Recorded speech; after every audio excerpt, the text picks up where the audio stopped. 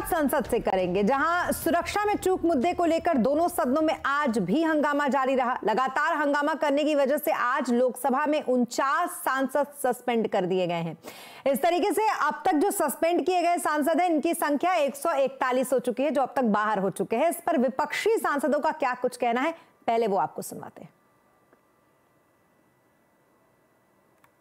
In a single word, I can say that it is nothing but an anarchy being played inside the parliament. Anarchy being played inside the parliament. They don't have even an iota of faith upon the parliamentary system in our country.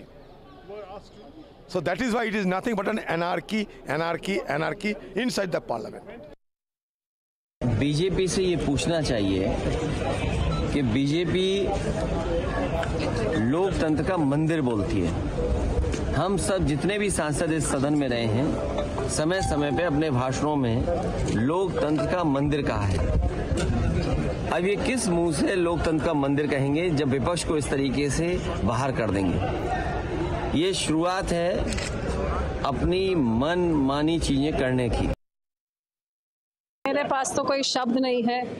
क्या सोच के ये नया संसद बनाया जे इसको लोकतंत्र का कब्रिस्तान बनाना है। जो पार्टी खुद कहती थी, जेटली जी, सुषमा जी खुद कहते थे कि disruption is a part of dissent. अब जब कुछ चीज़ की चर्चा करना चाहते हैं और सुनवाई नहीं कर रही है सत्ता पक्ष, तो फिर शोर मचाने के अलावा हल क्या है। अब आपने सारे विपक्ष को निकाल के बाहर फेंक दिया। ये विपक्षी सांसदों का रिएक्शन आपने सुना, और संसद की इस पूरी कार्रवाई को समझने के लिए चलते हैं। लक्ष्मण राव जी इस वक्त हमारे साथ हैं उनके पास। लक्ष्मण जी, आज भी विपक्षी सांसदों पर कड़ा एक्शन हुआ है लोकसभा राज्यसभा दिनों में, तो विपक्षी सांसद काफी कम अब बचे होंगे, और क्या इन सब के बीच कोई अहम बिल अगर पास हो पाए, दिल्ली की अवैध कॉलोनी से जुड़ी बिल पारित हो या किसी भी इस तरीके का बिल? देखिए, दरअसल वाकई आपने सही कहा कि अब इतने सारे सांसद 141 सांसदों के निलंबन के बाद बहुत कम संख्या विपक्षी सांसदों की बची है। अगर आप लोकसभा की बात करें तो इंडिया गठबंधन के बाद करीब 133 सांसद हैं। अब इंडिया गठबंधन के 133 सांसद जो लोकसभा में हैं, उसमें से देखें तो अब मुश्किल से 38 सांसद बचे हैं 3 दिनों के सस्पेंड होने के बाद। अगर राज्यसभा की बात करें तो वहां भी इंडिया गठबंधन के कुल 95 सांसद थे, और निलंबन होने के बाद जो 15 और 18 तारीख को निलंबित हुए, उसके बाद कुल 48 सांसद बचे हैं। तो विपक्षी सांसदों की संख्या कम हो गई, और शायद यही वजह है कि आज सुबह तो काफी हंगामा रहा, और जो बचे हुए सांसद थे वो भी प्ले कार्ड लेकर के वेल तक पहुंच गए और काफी आक्रामक तेवर में दिखे। जब उनको सस्पेंड कर दिया गया लोकसभा से 49 सांसदों को, तो 2 बजे के बाद कार्रवाई सुचारू तरीके से होती रही, क्योंकि विपक्षी सांसद उतनी संख्या में थे ही नहीं कि हल्ला कर सके। और जब कार्रवाई हुई सुचारू तरीके से, तो एक महत्वपूर्ण बिल यहाँ पे पारित हुआ।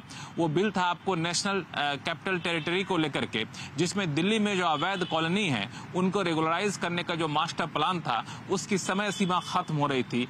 उस समय सीमा को 31 दिसंबर को खत्म हो रही थी, इसी महीने को। अब उसको 3 साल तक के लिए बढ़ा दिया गया है। अब 1 जनवरी 2024 से लेकर के 31 दिसंबर 2026 तक की समय सीमा कर दी गई है।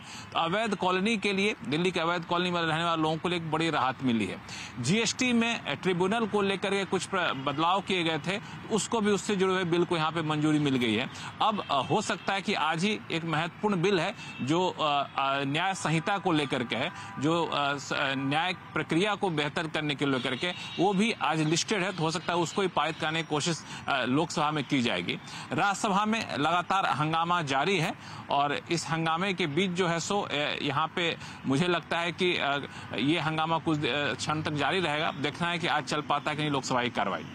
जी, आप बने रहे हमारे साथ लक्ष्मण जी, आगे भी आपसे चर्चा करेंगे हम इस मामले पे, लेकिन उससे पहले बता दें कि आज संसद भवन में बीजेपी संसदीय दल की बैठक हुई है, जिसमें पीएम मोदी ने विपक्षी दलों पर बड़ा हमला बोला है। प्रधानमंत्री बीजेपी सांसदों को संबोधित करते हुए विपक्ष के व्यवहार पर उन्होंने दुख जताया। पीएम मोदी ने कहा कि विपक्ष के सांसदों का व्यवहार बहुत दुखी करने वाला है। इसके अलावा पीएम ने संसद की सुरक्षा में चूक मामले पर कहा कि लगता है कि संसद सुरक्षा चूक के आरोपियों को विपक्ष का समर्थन प्राप्त है। सूत्रों के मुताबिक इसके अलावा पीएम ने यह भी कहा कि विपक्ष ने यह ठान लिया है कि उनको यही रहना है, आगे नहीं जाना है। पार्लियामेंट इंसिडेंट के बारे में उन्होंने कहा जो भी व्यक्ति डेमोक्रेसी में, प्रजाप्रभुत्व में उनका विश्वास है, इसको घोर खंडन करना था। हम सब मिलकर इसको खंडन करना था, लेकिन कुछ पार्टियां जो अभी हुए चुनाव का नतीजे से निराश होके, हताश होके, तो इसके बारे में एक तरह इसके समर्थन का भाषा जो उपयोग कर रहे हैं, ये तो इट इज मोर डेंजरस। जो एक्ट हुआ है उससे ही कंसर्न। इधर